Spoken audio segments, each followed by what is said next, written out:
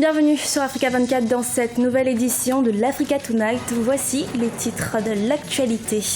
En République centrafricaine, recrudescence des enlèvements par la LRA. La rébellion de l'armée du Seigneur continue ainsi les exactions dans ce pays de l'Afrique centrale. Au Soudan du Sud, les déplacés de guerre sont victimes de fortes pluies qui se sont récemment abattues sur le pays. Leurs conditions de vie déjà difficiles au sein du camp de l'ONU se sont détériorées. Et puis au Niger, l'AS Fan est champion national de football. Le club des forces armées du Niger a remporté le championnat de la Ligue 1 contre l'AS Douane. Mais avant de développer ces titres au Mali, de violents combats ont eu lieu ce jeudi à Kidal entre des partisans de la coordination des mouvements de l'Azawad et ceux de la plateforme, coalition des groupes pro-gouvernementaux. Les deux partis cohabitaient sans heurts et co-géraient cette ville de l'extrême nord du Mali depuis février dernier. La rébellion de l'armée du Seigneur LRA continue ses exactions en République centrafricaine. Malgré l'arrestation de plusieurs de ses membres, la rébellion ougandaise intensifie ses attaques. Depuis le début de l'année 2016, elle aurait enlevé plus de 300 personnes, un chiffre jamais atteint en si peu de temps. Les détails avec Amira Benjabala Jean-Pierre. La rébellion de l'armée du Seigneur, créée en 1987 en vue de renverser le président ougandais Yoweri Museveni, a enlevé près de 350 personnes en Centrafrique au premier semestre 2016. C'est bien plus que dans les 6 premiers mois de chaque année depuis 2010. Ces données, publiées par une ONG, interviennent au moment où l'Ouganda envisage de retirer de la Centrafrique ses troupes luttant contre la LRA. Nous savons qu'il y a eu un accord qui avait été signé avec le gouvernement centrafricain par les autorités ougandaises et les autorités américaines afin de constituer une force pour attaquer les rebelles de la LRA. Malheureusement, ils sont encore sur le territoire centrafricain. Dire qu'ils sont affaiblis, ça c'est une question qui est totalement mitigée. Nous voulons tout simplement qu'ils quittent le territoire centrafricain, qu'ils aillent résoudre leurs problèmes ougandais. En plus des 2000 soldats ougandais engagés dans la lutte contre la LRA, quelques 10 000 casques bleus de la MINUSCA sont par ailleurs déployés dans le pays pour protéger les civils des affrontements entre l'ex-Seleka et les anti-Balaka.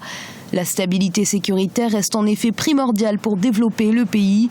Une stabilité qu'avait promis le nouveau président Faustin Archange Touadéra le 9 juillet lors du bilan de ses 100 jours à la tête du pays. Le président Touadéra est en train de tout faire, de mettre en œuvre, de faire en sorte qu'il y ait le retour de la sécurité et l'étendue du territoire centrafricain. Face à ces groupes armés qui pullulent à travers tout le territoire, le chef de l'État appelle à la solidarité. L'unité, la meilleure défense face aux milices venues diviser. Au Soudan du Sud, Riek Machar, le vice-président et chef des ex-rebelles, qui a fui le pays après les violents affrontements au début du mois, a fait savoir ce vendredi qu'il ne rentrerait pas à Juba dans l'immédiat, comme l'en exhorte le président Salva Kiir. Comme expliqué par Goy Jouyol Yol, le représentant de Riek Machar en Éthiopie, ce dernier ne regagnera la capitale sud-soudanaise que lorsqu'une force neutre d'intervention préconisée par l'Union africaine sera installée dans le pays et en mesure d'assurer sa sécurité. Toujours au Soudan du Sud, la saison pluvieuse dégrade les conditions de vie des déplacés. Dans un camp de l'ONU, les réfugiés bravent les pluies intempestives en plus des conditions difficiles. Notons que leur nombre s'est accru après les affrontements entre les forces fidèles au président Salva Kiir et les ex-rebelles partisans du vice-président Riek Machar. Reportage de Birama Saonera. Au Soudan du Sud, la saison des pluies aggrave les conditions de vie des déplacés. Plusieurs centaines de personnes peinent à trouver un logement adéquat dans un camp de réfugiés de l'ONU après des combats qui ont éclaté le 7 juillet 2016 entre les forces fidèles au président Salva Kiir et des ex-rebelles partisans du vice-président Riek Machar. Le nombre de déplacés est revu à la hausse. Environ 9000 nouveaux arrivants se sont installés sur le site de Tomping. On a tout fait pour nous protéger de la pluie, mais malheureusement tout est humide. Les conditions de vie sont très difficiles ici. Je ne suis pas du tout en paix avec cette situation que je vis actuellement. Pour l'instant, je n'ai nulle part où aller. Je suis donc obligé de rester ici. À Juba, la capitale, les conditions sont loin d'être idéales. Selon l'Organisation des Nations Unies, des dizaines de personnes sont tombées malades. Elles sont suspectées d'avoir contracté le choléra. Les violences à Juba ont incité également de nombreux commerçants à fermer leurs boutiques. Une situation qui continue d'inquiéter les Sud-Soudanais.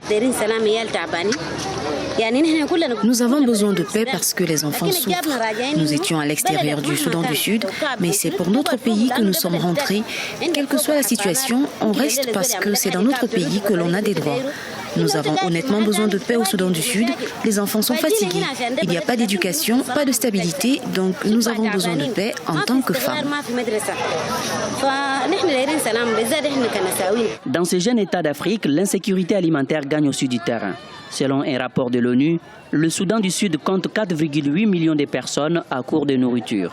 Le pays peine encore à se remettre d'une guerre civile qui a commencé en 2013, faisant des dizaines de milliers de victimes et environ 1,6 million de déplacés. En République démocratique du Congo, une grâce présidentielle pour 6 militants du mouvement des jeunes indignés, la Lucha, condamnés pour tentative d'incitation à la révolte dans le but de protester contre toute prolongation du mandat du chef de l'État Joseph Kabila. Ils ont bénéficié ce vendredi d'une grâce après avoir passé 4 mois en prison.